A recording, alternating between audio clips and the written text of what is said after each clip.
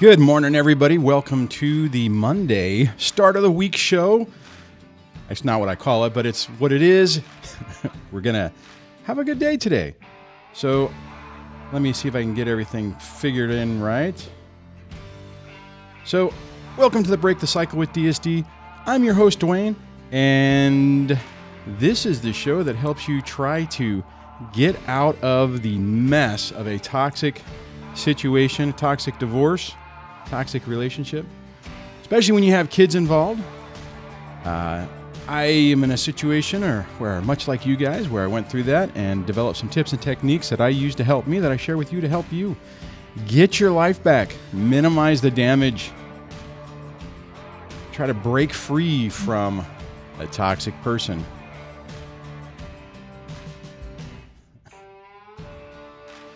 Trying to get everything lined up here. So I'm not a licensed professional. Only a licensed professional can diagnose somebody with a personality disorder. So be really careful whenever you're going around figuring out what your ex may or may not be. Don't be going around telling everybody that they had this, that, or the other.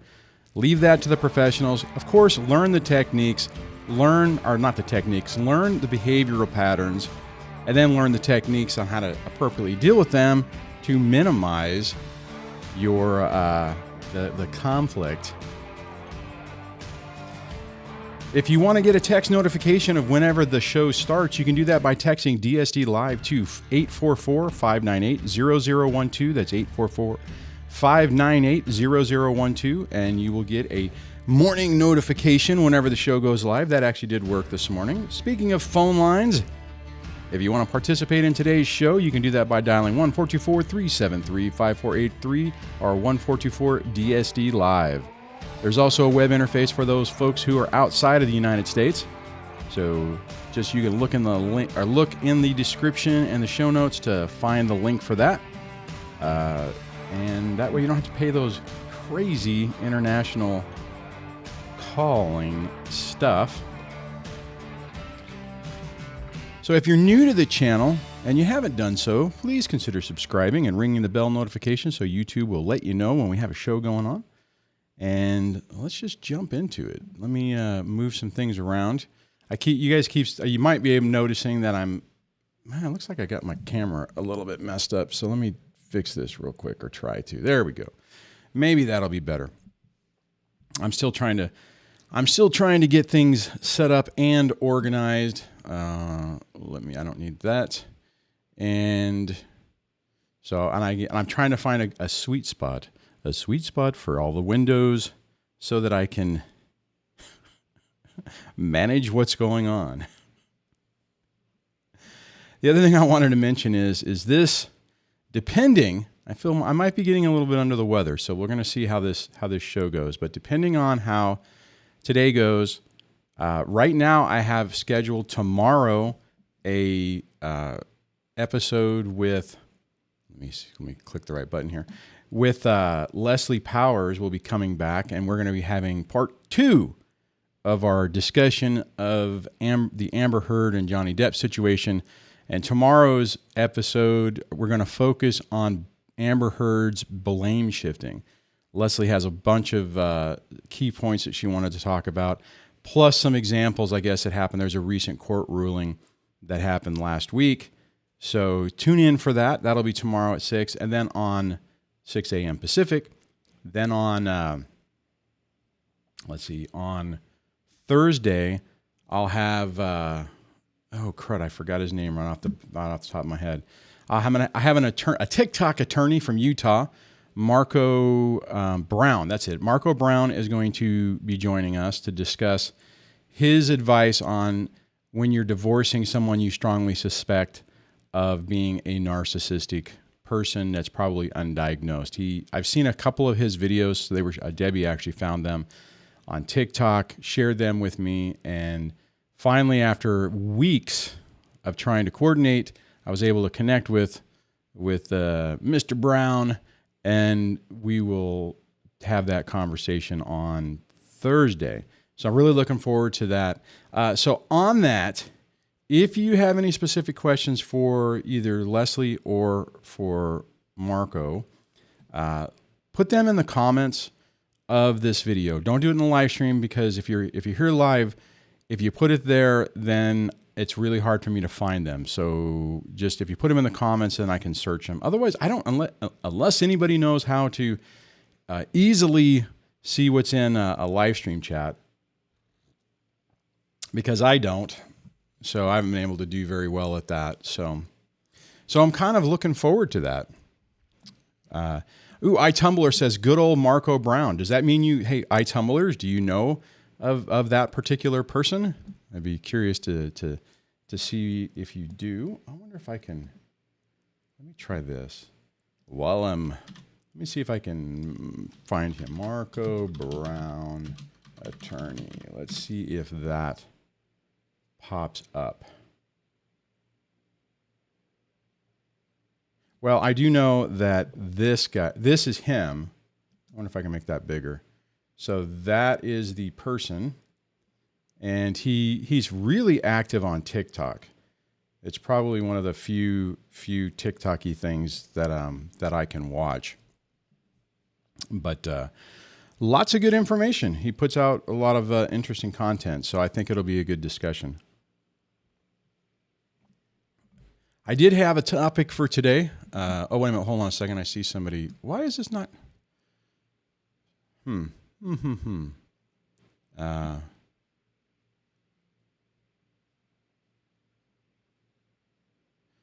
Okay, Anders has a question. And actually, amazingly enough, Anders, if I'm saying your name correctly, and if I'm not, I really apologize.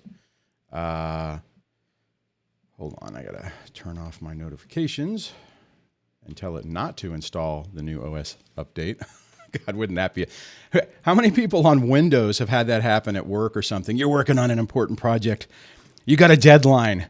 You know, you're clickety-clacking, and it pops up and goes, your system's going to restart and reboot in 10 seconds. And you're like, what? No. Oh, that would just be not great. So Anders had, oh, that didn't line up right. Okay, so I got to, that's, let me move this around. There we go. Okay. It says, can you elaborate on how to handle your feelings when the narc tries to trigger you? Thank you for your fantastic show. Oh, thank you for saying that. Yeah, actually, I had some, I did have some points that I wanted to hit today that kind of dovetails with that. But I'll answer your question first, and then I'll go into it. You have see the thing is, there's more to it than them just poking you in the eye, right? I mean, it's one thing when somebody does something where it's the same type of thing as if I came up with a needle and I just stuck you, and you're like, whoa, dude, what the hell, right? Everyone else could look at it. Anyone else looking around at it can look at it and go, holy crap, Duane, why the hell did you do that, right? The problem is that whenever you're dealing with somebody who is narcissistic and who knows you and who has spent the time getting to know you, getting to understand your weaknesses, then instead of just randomly sticking somebody, they know how to strategically put that in a place to get them to maximize their effect. So, Anders, the key thing on this is you have to remind yourself that you're being gaslit, that you're being pushed, that you're being provoked. And you have to have that interrupt in your own mind where you basically pause, you recognize it, you go, holy crap, they're trying to push my buttons. And if you're lucky, you know exactly what button they're trying to push, so it makes it a lot easier. You're like, oh, they're trying to get me to get angry, or they're trying to get me to think about them, or whatever it is. Then you have the ability to start making a conscious decision to say, no, I'm not going to do that. And let's see, it's not as... I think that sounds pretty easy, right? Anyone listening to this is like, well, that sounds pretty easy. And it's not, because you have all that background information, or they have all that background information on you, on how you respond, on what your normal reaction is. And if you're in a situation to where you're worn down, which most of us are when you're going through this, it lowers your ability to be able to, I don't know, appropriately respond, I guess. So that is how and I think most people should handle when someone starts to trigger you. Pause for a moment and recognize, okay, they are absolutely trying to trigger me too. And I'm doing this off the top of my head, so bear with me. Number 2 would be, what are they trying to do? What is the reason of this? Meaning, are they trying to get me to get angry? Are they trying to get me to lash out? Are they trying to get me to fall into their narrative, to perform in their show, to read my script to accomplish their goal? Here's the crazy part about that. What I will say is that whenever that's the case, and probably 80 to 90% of the time, that is what's really going on. They're trying to get you, to dance, so to speak. It's like, all right, it's time for you to perform. Even if you don't do what they're trying to get you to do, most of the time they will pretend like you just did. So if they're trying to provoke you to get an angry reaction, they'll just push the button, expect that you did what they did, and then go on with their part of the play. It's like if you're part of the show. So, Anders, let me know if that was helpful. I'm going to scroll down here. Let's see. Oh, you know what? It might help if I was in the right window as opposed to the wrong window. I'm getting these notifications that Debbie's sending me stuff to look at. I'm like, it's not in the box. Why is it not in the box? Well, it's because I was in the wrong box. That's outstanding. That's what happens whenever you don't have an adequate amount of coffee. And I was actually strongly considering not having coffee this morning. Okay. So I did trust that one. Okay, I'm going to grab this. John says, DSD, everything my ex says does upset me, so I would rather never speak to her again. Constant lies and blame shifting. I'm done. That yeah, I hear you, man. That's kind of the way I am. It's not so much that everything, for a while there, I was in your shoes, John. Everything that the ex did was triggering. I mean, she didn't have to do anything. All she would have to do is, walk by and go, hi, not that she ever did that, but I mean, it's like just like something to enter into my mind would be enough to really annoy me.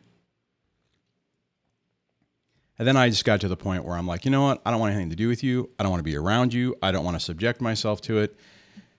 And after a while, it got to the point where she has very minimal effect on me. I tell you guys, that is the really great time, right? When you get to the point that they no longer have the ability to mess with your head, to sneak under your defenses and just wreak havoc upon your life. Oh, Scorp says, trigger, pause. This is what it is. Think, do not react. Think and breathe through it. Excellent advice, Scorp's corpse. I always have a hard time saying that. Let's see. Okay.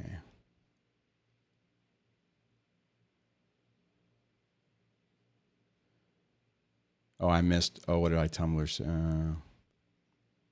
Oh, yeah. Yeah, Tumblers was asking if we had a good weekend, and I have been. I'm like on the verge. See, today's kind of a test. Hold on a second. It's a test to see how well I perform today, because this weekend I have not been doing well, and it was like really fatigued, and I don't know if it was I am like really susceptible to smells, and I mean, my entire life, I have been, like if I walk into a room with strong cleaners, it's like my system shuts down. Strong perfumes, it screws with me in a way that's really annoying. So fires and smoke and that type of stuff really kick my butt. And this weekend was was Debbie and I started this weekend with all kinds of great, grandiose plans. And those plans went out the window. Plus, she had some problems with the water heater that didn't completely explode, but decided to hey, I've been alive long enough. You have more. You don't have enough to do. So let's start leaking. I had that once here in this house, which is great, right? It's like, oh wow, there's water in the garage. Call the landlord. Hey, the water heater blew up. They came over and took care of it. The other one was in my other house when I was married, and then I had to do that one. I'm trying to remember. I might have actually put that one in myself. If I remember correctly, that wasn't a lot of fun. So, but I can't remember. That was when I learned that you're supposed to clean those things out or drain them every once in a while. This is kind of funny. Isn't it amazing how we learn lessons the hard way, right?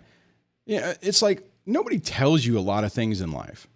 Like nobody, I'm sure anybody who owns a house or has been through it, it's like, oh, come on, dude, you didn't drain your hot water heater? Had no clue. Had no clue about maintaining a septic system when we moved in there too. And you guys can imagine how fun that was. Excuse me. But it's like with this stuff, right? I mean, nobody tells you what to deal with, okay, so I'm going to look at the comments and then I'm going to try to get into today's talking points. The phone lines are open if anyone wants to participate. 1-424-373-5483. And I'm going to scroll down here and look through some of the comments.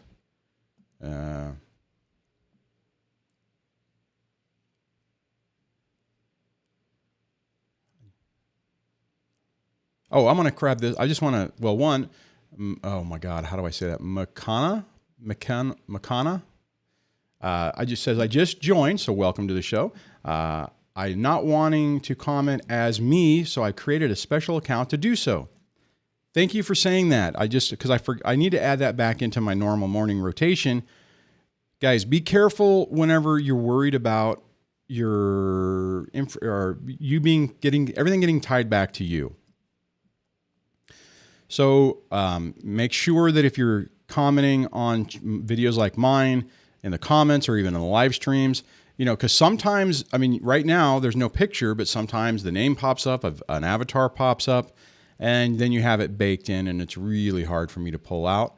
So there are different ways to do that. I think I might, if anyone needs that, I think Debbie has the link, the direct link into YouTube or for the YouTube channel to get to do that.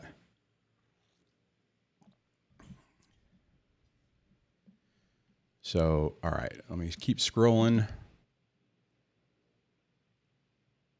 Oh, this is a good one.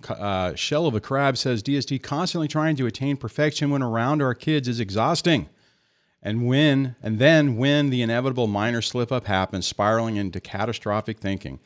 Yeah, you got to be really careful of that. And I know exactly what you're talking about because and that in and of itself is triggering, at least it was for me, because it felt like no matter what I did, I was held to a no mistake standard. And really we are. It's amazing. Your ex, on the other hand, can do no wrong. Meaning no matter what they do, that it's not considered wrong. And that is very exhausting as well. The thing is, you have to be really careful of the catastrophic thinking, and you have to be really careful of reacting in the moment. If you find yourself spinning out of control, if you find yourself sitting there going, oh my God, I made a mistake. The kids are going to hate me. Now they're going to go tell their mom. Now it's going to turn into CPS. Now it's going to, they're going to use that as a custody. And as I'm saying this is exactly the mindset I would have. Something would happen and I would be like, oh my God, everything is going to fall apart. I'm going to lose everything. This is going to be the pivotal point where I've totally screwed this up and everything is going to change. If you find yourself falling down that rabbit hole, take a breath. Breathe for a moment. think about it, not overly think about it, but just like, okay, yeah, maybe you made a mistake, but you can, you can fix it. That minor slip up can turn into a catastrophe if you allow it and you follow it down the rabbit hole until that catastrophic idea actually comes to be. All right, let's see. Shell of a Crab says, fatigue to DSD. Fatigue really exacerbates this. Yes, it does. It really does. So here's the thing, guys. Don't put yourself in a situation that you're not ready for. And okay, so let me what I mean by this is, like for right now, right? I can tell I'm starting to get fatigued. I'm starting to get, breathing is, whatever. I can tell. If you know you're in that situation and you have to interact with your ex, if you do not feel like you are up to it, don't do it. Don't put yourself into it. Make up a reason why you can't be there. I mean, right now with COVID and everything, and there's probably not a lot of stuff going on at school, depending on where you're at. Like right here in California, at least where I am, schools are still virtual. They haven't even moved to, 3 days virtual, 2 days at school. All the kids are doing it remotely. Anyways, what I mean is that, so the likelihood that you're going to have like, oh, there's a school function, you have to interact with your ex, or there's something that's happening and you might have to be there.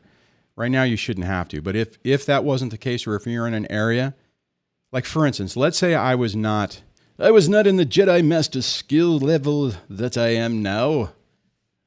I would, if I was feeling like this and I was also really tense and stressed about something and there was a school function today, I wouldn't go. I'd be like, no, I have another appointment. I just, work came up. I'm sick, whatever the deal is. I wouldn't put myself in the situation. I only really had that happen a few times. Excuse me. I only really had that happen a few times during the course of, the last 9 years. There was only a handful of times where, and that typically was, I wasn't feeling well, something had happened in court or around court, and like the bomb had just dropped like the day before, and I'm like, there's no way in hell I'm going to be, it was just too much. And I'm like, nope, not going to do it. So, oh man.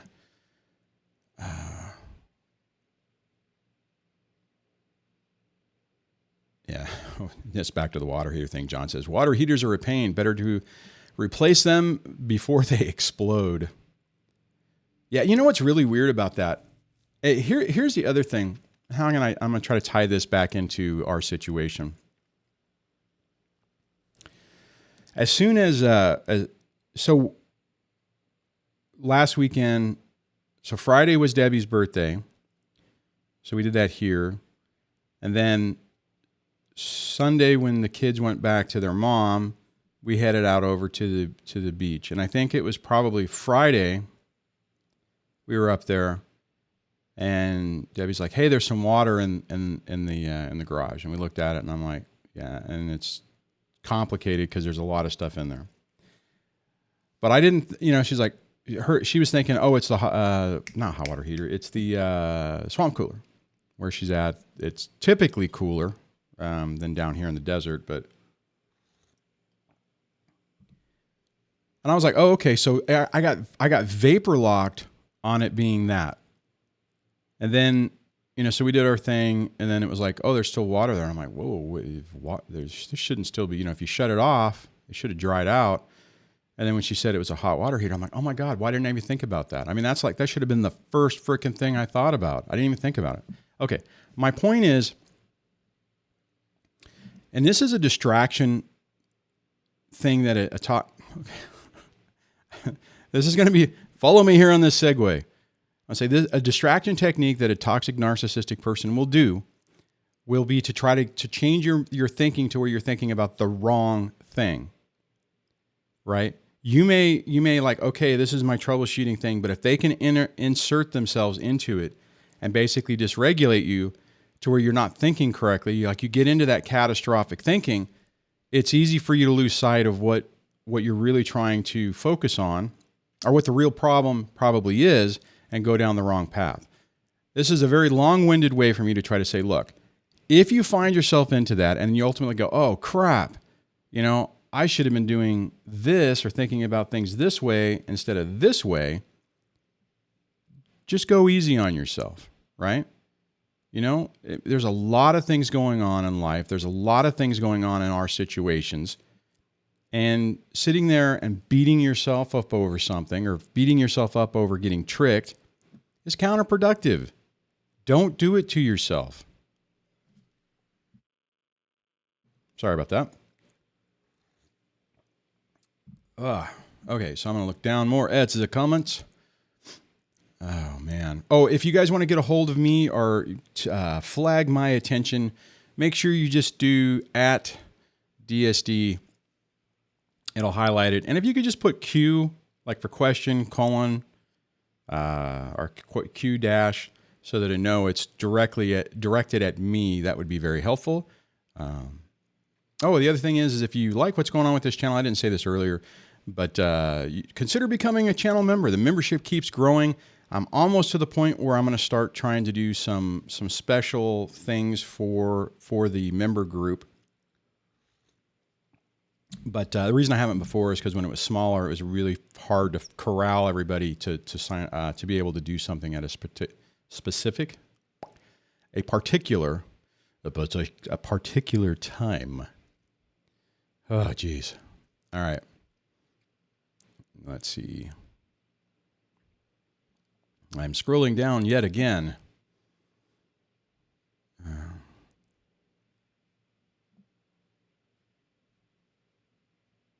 Oh, okay.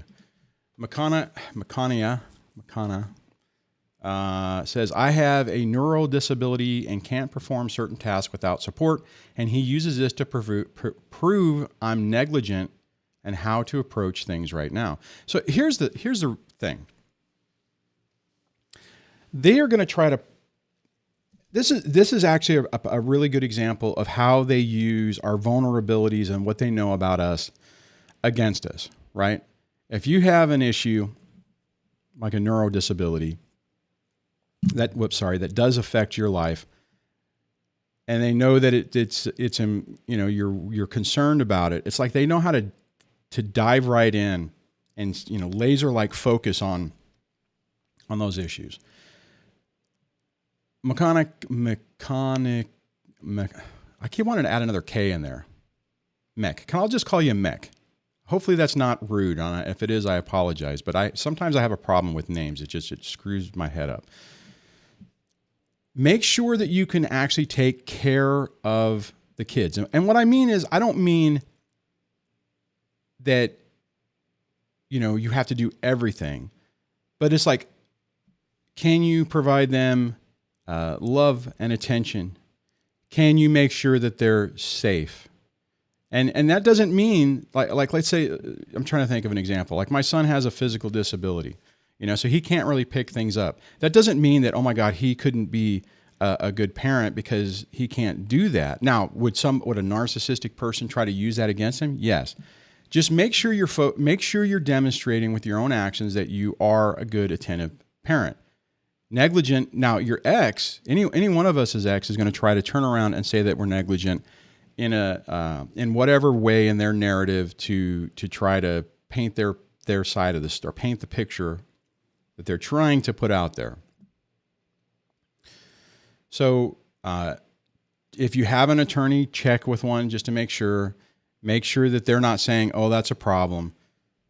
It's as long as you are, what's the word? Cognizant of what's going on with the kids. I guess what I'm trying to this is what I'm formulating in my mind.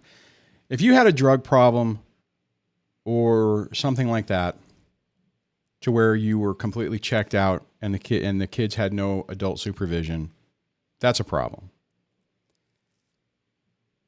If you have a situation where you become incapacitated, that could be a problem. Like, let's say you have, I don't know, seizures or something. Then, but the thing on that is, what's your plan to mitigate it, right? Like, for instance, I'm just brainstorming here, but it's like, if you have the life alert thing, to where if you fall down, I mean, that's no more of an older person thing, but think about it in that regard, and try not to take the bait and fall for the fear that they're going to try to instill in you. And you say, sorry for the multiple posts. No worries. Not a problem. Oh, whoops, I just hit my monitor with my coffee. That's tragic. All right, so now I'm trying to get...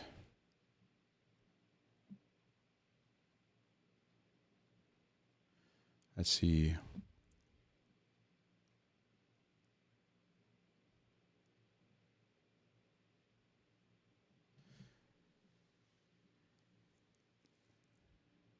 No, I'm just looking. Okay. So the other thing that Max said is, wish to have Debbie happy birthday, which is great. Says, fearing alienation. I went into a panic last year. Guys, here, I got this new punched in thing. Be very careful about that. It is so easy to get so wrapped up in what's going on and get into that panic that we almost start to make things worse. Not almost, we do. We absolutely start to make things worse for ourselves. So be very, very careful about that. Because now now that I'm more grounded, I still have no legal strategy or financial leverage. He got courts to cancel all child support and arrears. Now, I don't necessarily consider that I mean, obviously, if you're expecting the money and it gets erased, that's not, that's frustrating. But don't treat a loss like that, meaning that that's going to affect custody, right? I mean, realistically, depending on what, it's almost, see, here's the problem, is you take a narcissist, this is what's really annoying about this, is a narcissistic person can manipulate the system and get the courts to do that. Then you take someone else who's not that, and let's say they lose their job or something happens and they go back to court and they're like, hey, this happened, we need to fix this. Then oftentimes it'll be like, nope, we're going to put that in arrears, we're going to throw you in jail, we're going to do all these things. And it's like, what the hell? That's not to say, let me just clarify, that's not to say that if somebody does have, like, let's see, I'm trying to think of a scenario where I could explain this better, because it didn't necessarily happen to me, because I did fall into arrears. Well, no, actually, let me back up. If I had gone back to court, which I didn't, and said, hey, we had a government shutdown. I was furloughed for a period of time. I lost a whole paycheck, which I kind of orchestrated that myself. I mean, in all honesty, but if I would have been able to argue that and they said, okay, yeah, right, that makes sense, and we'll erase that. But typically that stuff typically it doesn't seem to happen. So, all right.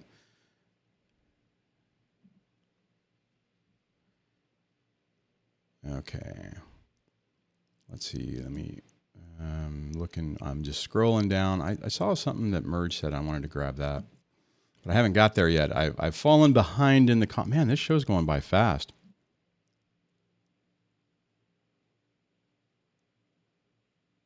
Ooh, I want to find this one. I want to find this one from Casey. Oh, and it just now came on my screen. Casey says, Duane, question: did you start to get anxiety after dealing with a narc, or had anxiety get even worse? I always had anxiety. It was something that I've had my entire life. Well, I don't have it so much now, but growing up, and absolutely during the marriage, I had anxiety and panic attacks. Not to the point that it was debilitating, though it was close, right? There were some things that I remember at one point going to the doctor because I'm like, okay, it's either a panic attack or I'm having a heart attack. Luckily, it was anxiety. And Casey goes on to say, I've never had anxiety or panic attacks until getting, out of the narc webs. But see, here's the thing. I think it's normal to have panic attacks and stuff whenever you're disentangling yourself from a narcissistic relationship or toxic relationship, because these people try to drive you crazy. So you start second guessing yourself. You start thinking that you start feeling like you're losing your mind. So, Casey, though you may be dealing with this now, most of the time, as you understand what you're dealing with, you learn techniques to deal with the anxiety, it'll get better, and you should end up back to where you were before. Take, like in my situation, I'm not back to where I was before. I'm better, right? So now I have a better understanding of everything that's happened in my life, and it's changed my perspective on a lot of this so that things it doesn't happen as much anymore. I'm trying to think. In my last job, I used to have to do, get up in front of people and do briefings and run, and not briefings, but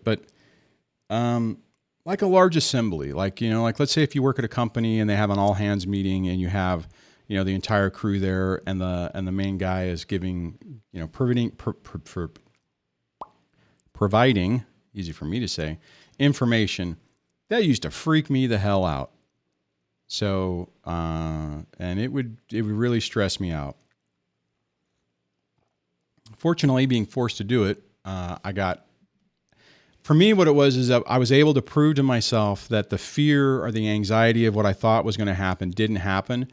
And most of the time it went completely fine. I was able to perform, the task at hand. And, once I was able to do that a few times, then it got to the point where I'm like, oh, okay, I know what this is. I'm having a panic attack, or I'm having a anxiety. Maybe that's a better way to put it. I've only had a few panic attacks. Those aren't fun either. Anyways, so yeah, it is normal, and I think that with time it will get better. Here's what I was going to say. Merge says, I have ADHD, and the only issue with that is I'm very prone to gaslighting. And again, remember, guys, like I said, these people know what your weaknesses are. They will laser-like focus on them to accomplish their goal, which is to get you emotionally dysregulated so that you make mistakes. Absolutely what they're trying to do.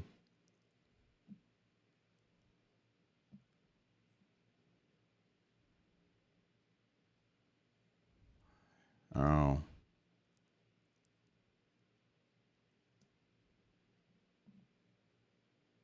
Okay, so I'm sorry to hear this. And Mech says, no, he proved his case and made me sound like I was negligent and won custody. He has proven it by mine is similar to music. Okay, so I missed part of that. So yeah, here's the thing. Here's the really frustrating part. And this kind of goes back to what I was talking about in the beginning. Remember when I was saying, if you've been listening for the entire thing, they have a narrative and a story, and they expect us to play the part. And if they're able to push buttons and then have us respond in a way that demonstrates that, it can be very damaging. So now the way to undo that is you have to understand the narrative, what they're trying to say, and then try to show why it's not the case. Now, obviously, yeah, you say you'd love to do.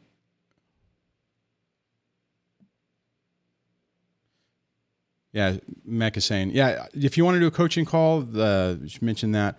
You can actually, let me see if I can pull this up. If you go to the website, just go to the Dad Surviving Divorce website. There's a tab right at the top for that, and you can sign up. Yeah, it'd probably be easier to go into more detail, and then I could, instead of just trying to do generals or just comments out of the thing, it would be easier for me to kind of deep dive on what specifically happened, what the details are, and then try to offer some thoughts and advice on a way forward to undo that. Um, yeah, so I see you're adding more information. I see. Okay.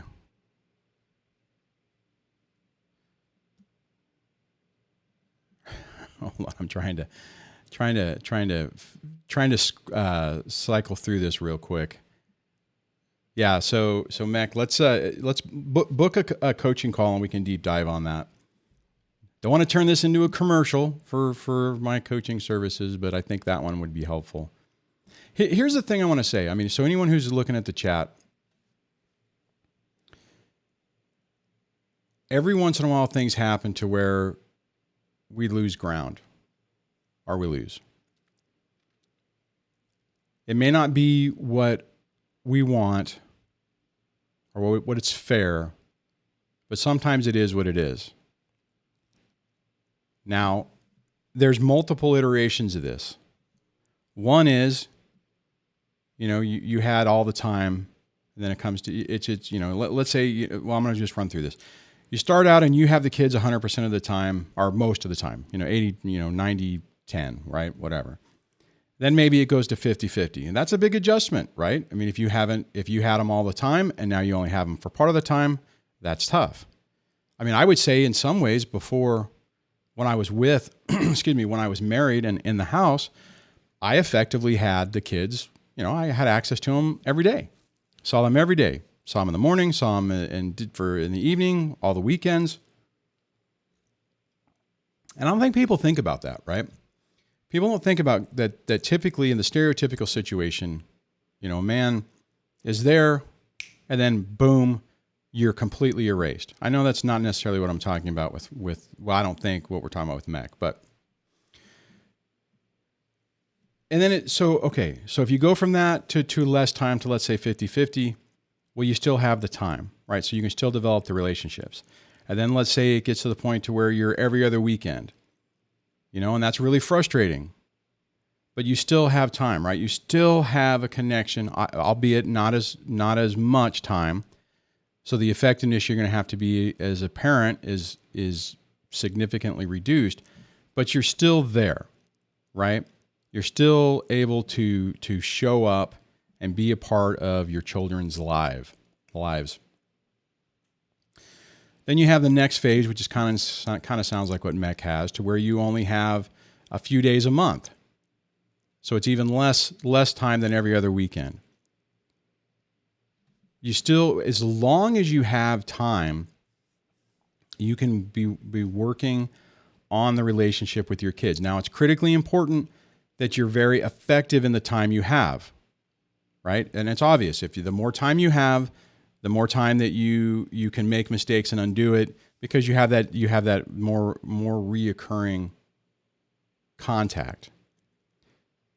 But even with a short amount of time, you can still build the relationship. And that's really the key, right? Because as long as you can build the relationship and you can keep things positive with your kids and with yourself as much as you can, it really puts an interrupt in on the parental alienation. Doesn't mean that you're going to be 100% successful. It just hedges your bets. It improves your odds.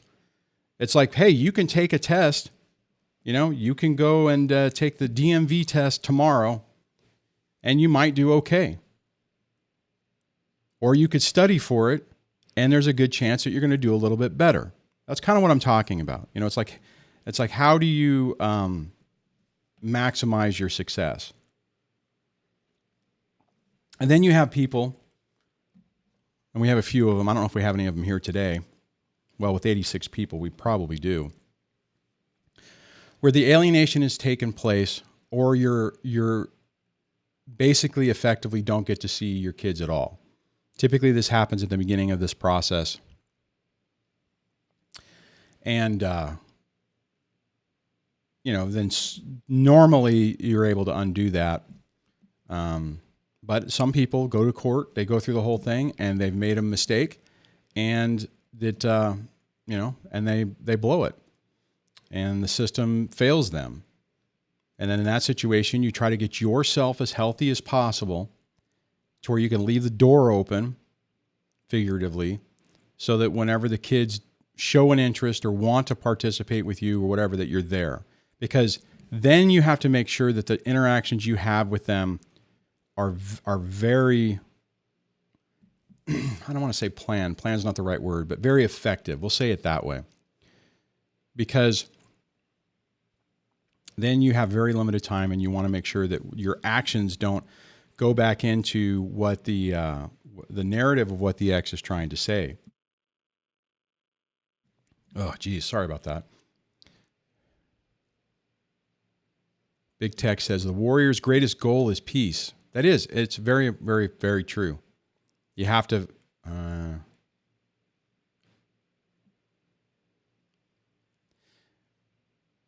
So I'm going to grab this. Mech says, I have ADHD too, and they claimed I was negligent and unfit, and then claimed I had other mental health issues.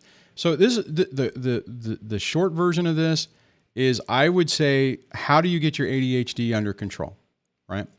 There's medications that are effective. There may be treatments that are effective.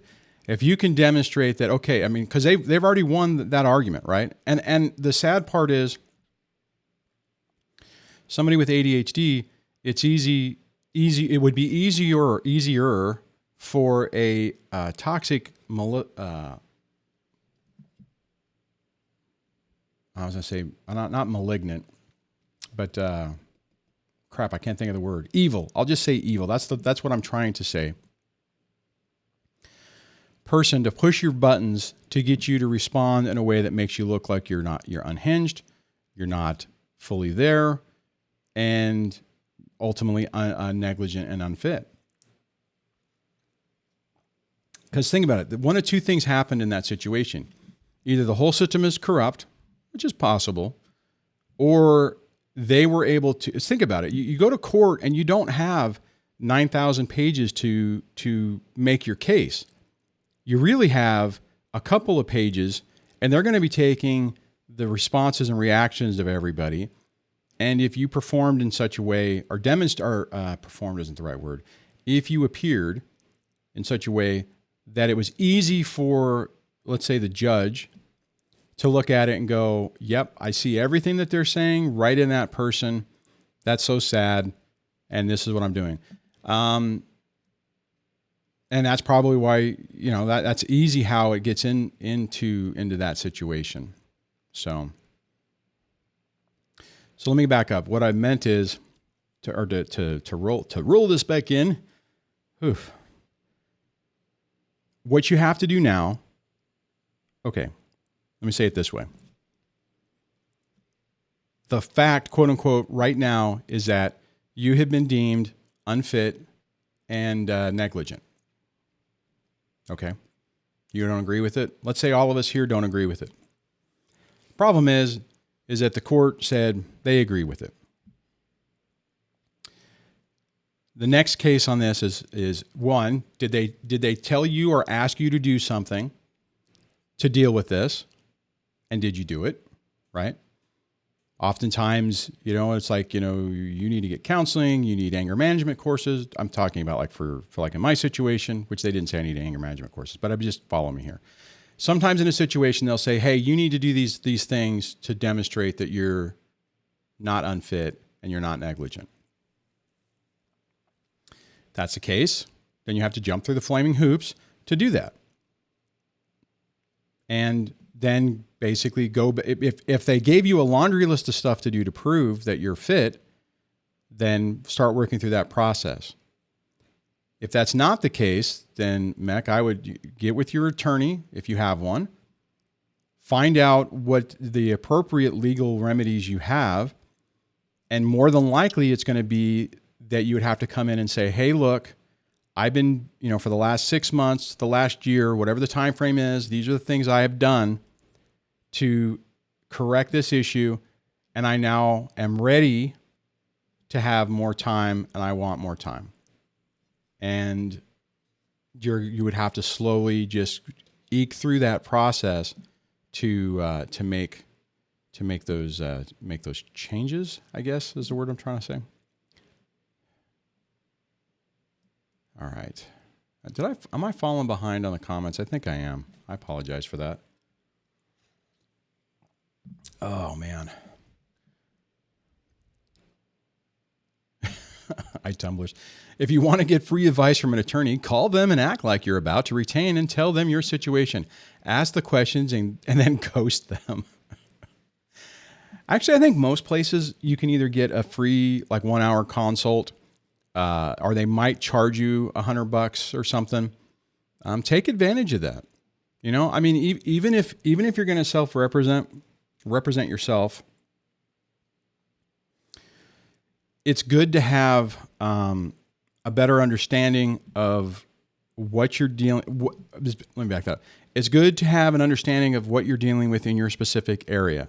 A local attorney is going to know the judges and is going to know what they normally, how things normally go. And being able to talk to somebody in that situation, to be able to say, or to be able to tell you that things are a certain way, or, oh, you know, Judge Smith is really, you know, whatever. I mean, he really, if there's any, I'm trying to think, like in this situation, they could tell you that, oh, that judge is, if there's any questions on anyone's ability, you know, he errs in a excessive side of caution and typically does this, that, or this, you know, that type of thing. Let me scroll down. Oh no.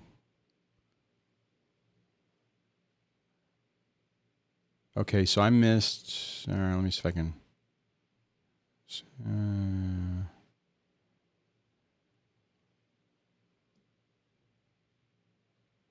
Okay,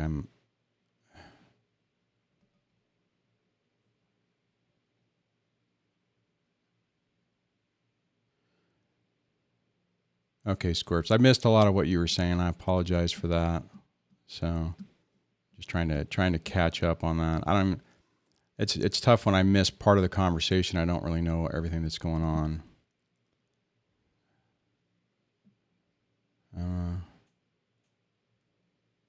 I will grab this though. Scorp says, as long as your kid is still there, don't ever stop. Even if it feels meaningless, just keep going on and be that stable person they need. Love them by any means. Note, listening, allowing them to be kids. Excellent advice. Very, very true. All right. Children need to be heard, understood. They will learn from how you are handling it, how you are reacting to it. Yeah, we do make we are a big example on that.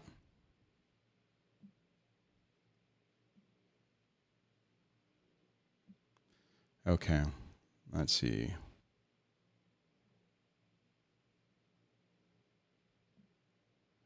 Now, this is true. Merge says to me, nothing wrong with ADHD as a parent. They have not won the argument. What they do is pile up the BS for court to distract from the actual issues. Quid pro quo, evaluate them. Yeah, great advice. See, the thing is, or the problem is, it's so easy to get caught up in what's going on and the fear of it, right? And so anybody who's watching this, and if you're thinking, oh my God, you know, I have a similar thing, I'm going to lose too. Don't go down that rabbit hole. Don't go down that catastrophic thinking, because that leads to you making mistakes and could potentially turn the tide on things and make it worse for you. So you have to be very careful on this. Again, it goes back up to the original question we had about dealing with triggers and anxiety. You have to slow yourself down and be very strategic in what you're doing so that you minimize your mistakes and you can undo the craziness that they're trying to do. And Merge is right, because they are going to try to spin a tale and make things so complicated and so convoluted that you get lost in it, you make a ton of mistakes, and it negatively affects your situation. That's what they're trying to do. That's the goal. Oh, man. So,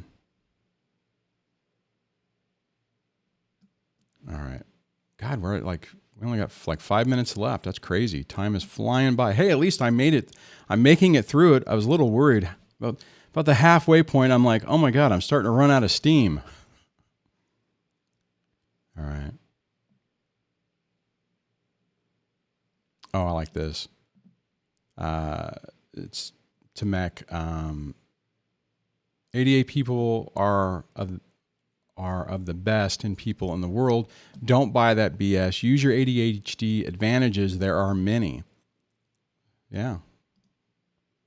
That is true. That's a really good point, Merge. I appreciate you saying that, because it's so often easy to fall to look at our own personal weaknesses and think that that's completely what defines us, and not realize that every one of us has different things that we're really good at. We all have things that we're not good at, but there are things that we shine at, and we need to leverage on what those are. You know, maybe it's, well, I don't know. I mean, it's like, you know, what can you do to offset the story that they're trying to paint?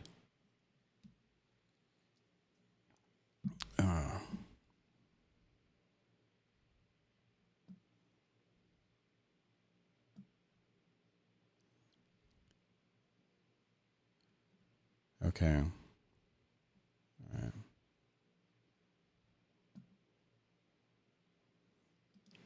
I'm going to just grab this one. Mech says, whoops, do not, wait a minute. Do not the narc outsmart the eval. I thought you were going to say, how do you outsmart the eval? The thing is, you have to make sure that you're completely aware. See, this is the thing. A narcissistic person is really good at reading the room and knowing what they need to do to perform. Since everything is an act for them, it's really easy. What we have to do is we have to know what exactly it is they're trying to determine. And then try to, I mean, if it's a problem that we have, acknowledge it so that we're aware of it, and then demonstrate ways we're mitigating it or how it's not an issue, if that makes sense. So